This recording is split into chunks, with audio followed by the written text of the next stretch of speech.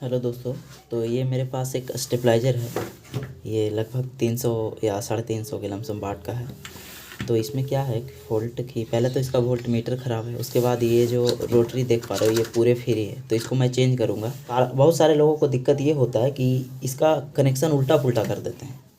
तो उल्टा पुल्टा ना हो इसलिए मैं इसको डायग्राम बना के आपको समझाता हूँ। तो ये देखिए, ये हमारा रोटरी स्विच है। रोटरी स्विच में ये 8 नंबर का पिन होता है। ये 8 पिन होता है, ठीक है। तो 1 2 3 4 ऐसा करके हमने 8 बना दिया है। अब यहाँ पे हम ट्रांसफार्मर बनाएंगे, ठीक है। अब यहाँ से 1 नंबर 2 3 4 5 6 7 और 8, और ये 2 वायर है। पीछे से एक कॉमन रहेगा और एक 12 वोल्ट। तो इसको हम मान लेते हैं COMMON कॉमन, और एक 12 वोल्ट, ठीक है। तो इस तरीके से बाइंडिंग होता है और बीच में रहता है इसका पत्ती। तो ये ट्रांसफार्मर का जो 1 नंबर वायर है वो जाएगा 8 नंबर में, ठीक है। ये 1 नंबर समझिए, हम लाइन बना के नहीं बता सकते, बहुत ज़्यादा कीचड़ हो जाएगा। तो 1 नंबर का वायर 8 नंबर में जाएगा, 2 नंबर का वायर 7 में जाएगा, 3 नंबर का वायर 6 में जाएगा, 4 का वायर 5 में जाएगा, 5 का वायर 4 में जाएगा, 6 का 3 में, 7 का 2 में, 8 का 1 में। मतलब उल्टा चलता है, ठीक है। उल्टा चलता है। उल्टा चलने के बाद होता क्या है, बीच में रोटरी का एक पिन रहता है। ये पिन से हमें एक लूप निकला हुआ रहता है इस तरीके से बाहर, और इससे 8 नंबर से एक लूप निकला हुआ रहेगा, ठीक है। तो इससे 2 लूप निकला हुआ रहेगा, 2 वायर, और ये जाएगा DP/DT स्विच में, ठीक है। ये दोनों लूप DP/DT स्विच में जाएगा। तो DP/DT स्विच आप देखे होंगे कि ऊपर में 4 पिन रहता है और नीचे में 4 पिन रहता है। कुल मिलाकर उसमें 8 पिन रहता है। तो इसको हम क्रॉस एक तरह से जोड़ते हैं, 2 पिन को ऐसे ही क्रॉस जोड़ा जाता है, ठीक है। क्रॉस क्यों जोड़ा जाता है मैं बताऊँगा, अभी वीडियो में बने रहें। तो एक सामने से ऐसे जोड़ते हैं, ये ऊपर नीचे ऐसे क्रॉस करके जोड़ देते हैं, ठीक है। ऊपर वाले के नीचे, नीचे वाले के ऐसे करके। तो इसको में हम 2 कंडीशन होता है, अप होता है और नीचे डाउन होता है, या फिर DOWN, ठीक है। तो इसको अप मतलब वोल्टेज, अगर जो अप में आप चलाते हो तो वोल्टेज बढ़ के मिलेगा, और डाउन में आप चलाते हो तो वोल्टेज घट के मिलेगा, ठीक है। तो इससे क्या होता है कि यदि आपको 220 वोल्ट का लाइन आ रहा है AC का, ठीक है, तो 220 वोल्ट AC आपको डायरेक्ट लास्ट वाले पिन पे जाएगा, ठीक है। उसके बाद इससे आउट होगा, ये पिन से आउट होगा। चलिए समझते हैं। 220 वोल्ट इस पिन पे आया, उसके बाद आउट हमें लास्ट वाले पिन से कर दिया, ये सीधे जाएगा ऑटो कट किट में, ठीक है। और ये दोनों जो रोटरी से दोनों वायर निकल करके आया था वो जाएगा 2 नंबर और 3 नंबर में, इस तरीके से। यदि इसको आप उल्टा पुल्टा जोड़ देते हो तो कोई दिक्कत नहीं है, बट अप में अप जो होता था वो डाउन हो जाएगा, डाउन जो होता था वो अप हो जाएगा। बहुत सारे लोगों को कंप्लेन रहता है कि ये दोनों उल्टा कर दिए तो क्या हो जाएगा, ये दोनों उल्टा कर दिए तो क्या होगा। तो कोई दिक्कत नहीं होगा, आप इसको उल्टा भी दे सकते हैं, लेकिन इसको उल्टा दीजिएगा तो क्या होगा, डाउन में अप चलेगा, अप में डाउन चलेगा, ठीक है। तो देखिए, यदि हम अप करते हैं तो ये दोनों शॉर्ट हो जाता है पिन, ये दोनों शॉर्ट हो जाता है, और इधर से ये दोनों शॉर्ट हो जाता है, दोनों शॉर्ट हो जाता है। तो होता क्या, देखिए समझिए, हमने अप कर दिया तो ये दोनों शॉर्ट है। तो 220 वोल्ट यहाँ आ रहा था तो अब शॉर्ट हो गया, तो यहाँ इस पिन पे आने लगा। अब इस पिन पे आने लगा तो हमारा 220 वोल्ट कहाँ चला गया, पिन नंबर 8 पे। पिन नंबर 8 पे चला गया तो भाई पिन नंबर 8 पे हमारा ये ट्रांसफार्मर का वायर भी तो जुटा हुआ है। तो सारा ट्रांसफार्मर लूप में हमारा 220 वोल्ट AC दौड़ रहा है इसके जरिए। अब दौड़ रहा है तो इससे इन हो रहा है, यानी 220 वोल्ट यहाँ गया, यहाँ के जरिए पिन नंबर 8 पे गया। अब पिन नंबर 8 किसको सेंड कर दिया, ट्रांसफार्मर के सारे लूप को। अब सारे लूप से हमें आउट निकल रहा है, 1 पर भी आउट निकल रहा है, 2 पर भी आउट निकल रहा है, 3 पर भी, सारे पे आउट निकल रहा है। अब ये रोटरी जिस पे शॉर्ट करेगा, मतलब इसको हम घुमाते हैं तो ये कभी पिन नंबर 3 से इसको अटैच कर देता है, कभी पिन नंबर 4 से इसको अटैच कर देता है, कभी पिन नंबर 5 से, मतलब जहाँ पे आप घुमा कर रखोगे उससे अटैच कर दे। मान लीजिए 4 से अटैच किया है तो ऐसे 4 से ये शॉर्ट रहेगा, बीच वाले पिन कॉमन रहता है जो, तो शॉर्ट रहेगा तो हमारा ये आउट होने लगेगा इससे वोल्टेज। मतलब 220 वोल्ट इससे इन हो रहा है, और आउट आउट किससे हो रहा है, ये बीच वाले पिन से। आउट होने के बाद ये यहाँ आ गया, यहाँ आउट होने के बाद इस पिन पे आ गया, तो भाई ये दोनों तो शॉर्ट है, तो ये दोनों शॉर्ट के कारण इस पिन पे आउट हो गया। आउट होने के कारण देखिए यहाँ आउट हो गया, तो इस कंडीशन से होता है।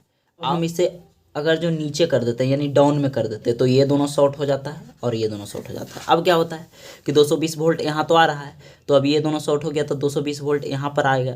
अब यहाँ पर आएगा तो भाई हमने ये दोनों को क्रॉस मारे हैं तो यहाँ पे 220 वोल्ट आ गया जो लाइन से दे रहे थे। बिजली 220 वोल्ट इन यहाँ हुआ, इन होने के बाद ये कहाँ चला गया, इसमें। अब इसमें चला गया तो भाई इसमें 220 वोल्ट आ गया। अब आ गया तो जहाँ पे रोटरी को अटैच करेंगे, मान लीजिए हमने अभी 3 पे घुमा दिया है तो 3 से ये शॉर्ट होल रहेगा, तो 220 वोल्ट ये कहाँ भेज देगा, पिन नंबर 3 पे। जैसे ही पिन नंबर 3 पे भेजेगा तो ट्रांसफार्मर में वोल्टेज दौड़ने लगेगा। दौड़ने के कारण क्या होगा, पिन नंबर 8 पे हमारा क्या हो जाएगा, वोल्टेज आ जाएगा ट्रांसफार्मर के लूप के जरिए कम होकर। तो पिन नंबर 8 पे वोल्टेज आ जाएगा तो क्या होगा, पिन नंबर 8 से वोल्टेज आउट करते करते करते यहाँ आ जाएगा इस पिन पे।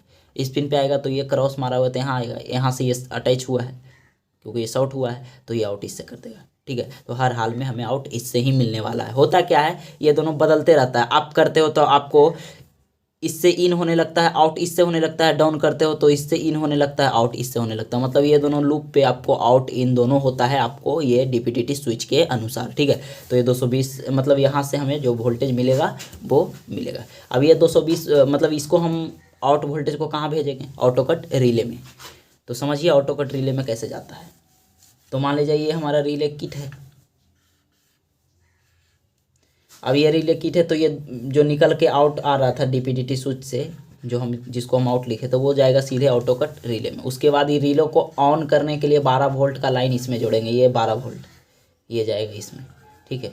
ये कहाँ जाएगा तो एक डायोड पे जाएगा, क्योंकि ये 12 वोल्ट को डीसी बनाने के लिए डायोड ही यूज किया जाता है। तो ये 12 वोल्ट डायोड पे जाएगा। उसके बाद ये रिले में, अब रिले में क्या हुआ, डीपीडीटी स्विच से निकल कर आ रहा था जो इसमें इन किया, अब ये आउट करेगा।